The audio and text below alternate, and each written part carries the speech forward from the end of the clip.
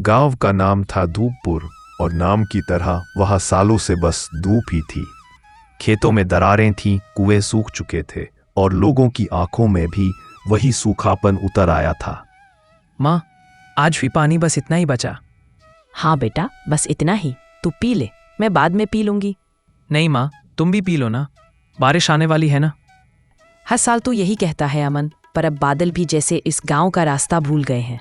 नहीं माँ, इस बार मैं उन्हें बुलाऊंगा। बुलाएगा? वो भी बादलों को? हाँ, दादी कहती थी ना कि बारिश कहानियाँ सुनकर आती है, तो मैं रोज एक कहानी सुनाऊंगा और वो जरूर आएगी। कहानी सुनाकर बारिश बुलाएगा तू? पगला है तू भी।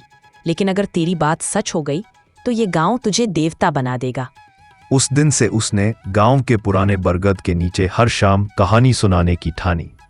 आज की कहानी है बादल और किसान की दोस्ती। एक बार एक किसान ने आसमान से कहा, ओ बादल, तू मेरी फसल बचा ले, मैं तेरा नाम पूरे गांव में लूंगा। अरे अमन, ये क्या बच्चों जैसी बातें कर रहा है? बादल अब सरकारी होते हैं क्या? जब चाहो बुला लो। नहीं काका, बस कोशिश कर रहा हूं। अगर तेरे लफ्जों में सच्चाई है तो कौन जाने बेटा, बादल सच में सुन ले। थोड़े ही दिन में गांव के बच्चे भी उसके साथ जुड़ने लगे। सब शाम को बरगद के नीचे जमा होते, अमन कहानी सुनाता और सब ऊपर आसमान की ओर देखने लगते। अमन, आज कौन सी कहानी? आज की कहानी है प्यासे आसमान की, जिसमें आसमान खुद पानी मांगता है धरती से। वाह, सुना सुना। गांव में हल्की हलचल थी। कुछ लोग हंसते, कुछ हैरान होते, कुछ बस सिर हिलाकर निकल जाते। पर माँ दूर खड़ी होकर हर शाम अमन की आवाज सुनती। इस आवाज में उम्मीद थी जो गांव में अब बची नहीं थी। अमन, सब लोग तेरी हंसी उड़ा रहे हैं बेटा। कहीं उनका दिल ना टूटे कि तू झूठी उम्मीद बांट रहा है। अगर मैं उम्मीद बांट रहा हूं तो क्या गलत है? जब सब रो रहे हैं को कोई तो होना चाहिए जो मुस्कुराए ना। तू बहुत बड़ा दिल रखता है बेटा, बस अपना भरोसा बनाए रखना। लेकिन गांव के सरपंच भवानी सिंह इस सब को मजाक समझते थे। उन्हें लगता था कि अमन लोगों का ध्यान असल दिक्कतों से हटा रहा है, पानी की कमी, सरकारी मदद और उनके चुनावी वादों से। ये लड़का सबको पागल बना रहा है। कहानी से बारिश आएगी क्या? बच्चों का खेल है ये सब। साहब, बच्चा तो बस उम्मीद जगा रहा है, उसमें बुराई क्या है? उम्मीद से पेट नहीं भरता रमेश। और अगर इस लड़के ने गांव को बहकाया तो देख लेना, बरगद के नीचे ये नाटक बंद करवाऊंगा। अमन को इसकी भनक लगी, पर उसने हार नहीं मानी। उस रात उसने अपनी माँ से कहा, माँ, अगर सरपंच जी नाराज है तो मैं उनसे मिल लूंगा। नहीं बेटा, तेरे जैसे बच्चों की बात नहीं सुनते। मैं तो बस अपनी बात सुनाने जाऊंगा माँ, बाकी सुनना या न सुनना वो बादलों की मर्जी।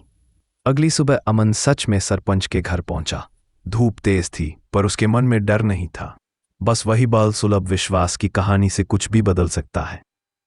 साहब, मैं तो बस कहानी सुनाता हूं ताकि लोग हिम्मत ना हारें। अगर बारिश सुन ले तो गांव बच जाएगा। बेटा, तू भला चाहता है, लेकिन दुनिया कहानियों से नहीं चलती, मेहनत, नहर और सरकार से चलती है। मेहनत तो सब करते हैं साहब, लेकिन मेहनत तभी फल देती है जब आसमान साथ दे, और आसमान को पुकारना भी तो किसी को करना होगा ना। भवानी सिंह कुछ बोल न सके। वो बस चुपचाप उस बच्चे को जाते देखते रहे। उसकी आंखों में न जाने कैसी अजीब चमक थी जो शब्दों से बड़ी थी। अमन की कहानी अब पूरे गांव में चर्चा का विषय बन गई थी। कहीं ताने, कहीं तारीफ, लेकिन बच्चे रोज शाम को बरगद के नीचे पहुंच ही जाते थे। गांव की हवा में अब हंसी की झलक लौट आई थी। अरे अमन, आज कौन सी कहानी सुनाएगा? पिछली वाली तो बड़ी मजेदार थी। बादल हंसते हंसते बरस पड़ा था।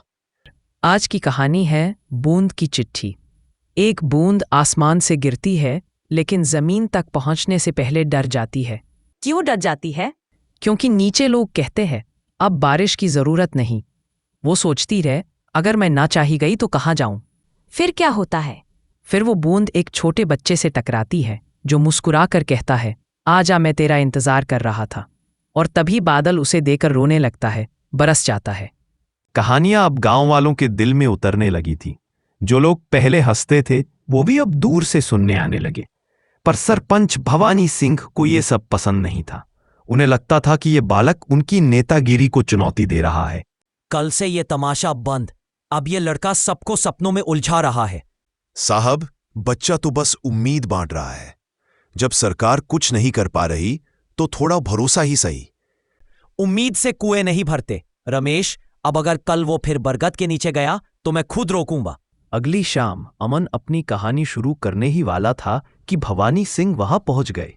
उनके पीछे 2 आदमी और थे, हाथ में लाठियां। बस करो ये नाटक। गांव का पानी नहीं आया और तू आसमान से उम्मीद बांट रहा है। साहब, मैं बस कहानियां सुनाता हूं। अगर इससे किसी के दिल में भरोसा जगता है तो क्या बुरा है? बुरा यह है कि लोग काम छोड़कर तेरी कहानी सुनने लगते हैं। साहब, काम तो वो तब भी करते हैं, लेकिन अगर दिल में डर बैठ जाए तो हाथ भी कमजोर पड़ जाते हैं। बड़ा तेज बोलता है तू। चल घर जा। आज के बाद यहां कोई कहानी नहीं सुनेगा। अमन की आंखों में आंसू भर आए, पर उसने कुछ नहीं कहा। वो बस धीरे से बरगद के नीचे रखी अपनी मिट्टी की कटोरी उठाकर चला गया। मैंने कहा था ना, बड़े लोग नहीं समझते ऐसी बातें। अब छोड़ दे ये सब। माँ, मैं हार नहीं मानूंगा। अगर मैंने कहानियां बंद की तो शायद बारिश भी नाराज हो जाएगी। पर अब तू अकेला कैसे करेगा ये सब? अकेला नहीं हूं माँ, आसमान मेरे साथ है। उस रात बिजली कड़कने की आवाज आई, महीनों बाद पहली बार। माँ खिड़की के पास गई, आसमान देखा। बादल तो थे मगर बहुत हल्के। फिर भी उसके दिल में एक अजीब सी सिहरन हुई। क्या सच में वो लड़का आसमान से बात कर रहा था? अरे भाभी, रात को सुना बिजली गिरी थी? हाँ, सुनी तो थी। लगता है आसमान सोच रहा है कहानी अब कहाँ से सुने। कहानी वहीं से सुनेगा जहां से वो हमेशा सुनता था, तेरे बेटे से। अमन फिर बरगद के नीचे गया। इस बार कोई नहीं आया, ना बच्चे ना गांव वाले। शायद आज बादल भी नहीं आएंगे। अमन भैया, मैं आया हूँ। ठीक है, आज बस तू ही मेरा श्रोता है। कहानी शुरू करते हैं। बरसात की आखिरी बूंद। अमन और मोहन बरगद के नीचे बैठे थे। आसमान में हल्की हवा बह रही थी, जैसे कोई सुनने को तैयार हो।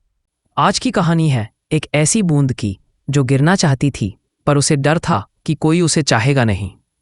वो बूंद आसमान में घूमती रही, इधर उधर, लेकिन जब उसने देखा कि नीचे एक बच्चा मिट्टी की कटोरी लेकर बैठा है, तो वो बोली, अगर मैं गिरूं तो क्या तू मुझे अपनाएगा? और बच्चे ने कहा, हाँ, तू गिरेगी तो मैं हंस दूंगा। फिर क्या हुआ भैया? तो बारिश हुई? शायद होगी, अगर कहानी पूरी सुनने वाला कोई और भी हो। अमन की आवाज धीमी पड़ गई। चारों तरफ सन्नाटा था, लेकिन तभी कहीं दूर से किसी ने पुकारा, अमन भैया, हमें भी कहानी सुननी है। एक एक कर बच्चे लौटने लगे। रमेश भी आ गया, और धीरे धीरे बाकी गांव वाले। तो फिर सब ध्यान से सुनना, क्योंकि ये कहानी सिर्फ बूंद की नहीं, हमारी भी है। कभी एक गांव था जहां धरती प्यास से फटी हुई थी। लोग झगड़ते थे, नाराज थे, पर वहां एक बच्चा था जो रोज आसमान से बात करता था। वो कहता, अगर तू गिरेगा तो हम मिट्टी से खुशबू निकालेंगे। आसमान सुनता रहा, और एक दिन उसने जवाब दिया। अमन की बात खत्म होते ही अचानक हवा तेज हो गई। बरगद की पत्तियां झूमने लगी, धूल उड़ने लगी। पहली बूंद गिरी बिल्कुल अमन की कटोरी में, और फिर जैसे आसमान फट पड़ा हो। बारिश शुरू हो गई। पूरा गांव नाचने लगा। बच्चे हंसते हुए झूमे। बेटा, तूने तो चमत्कार कर दिया। नहीं माँ, बस अपनी बात रखी, बाकी सब आसमान ने किया। अब तो लोग तेरी कहानियों पर यकीन करेंगे। कहानियां तो बस जरिया है माँ। अगर तुम भरोसे से कहानी सुनाओ तो दुनिया की हर चीज तुम्हें जवाब देती है, यहाँ तक कि बारिश भी।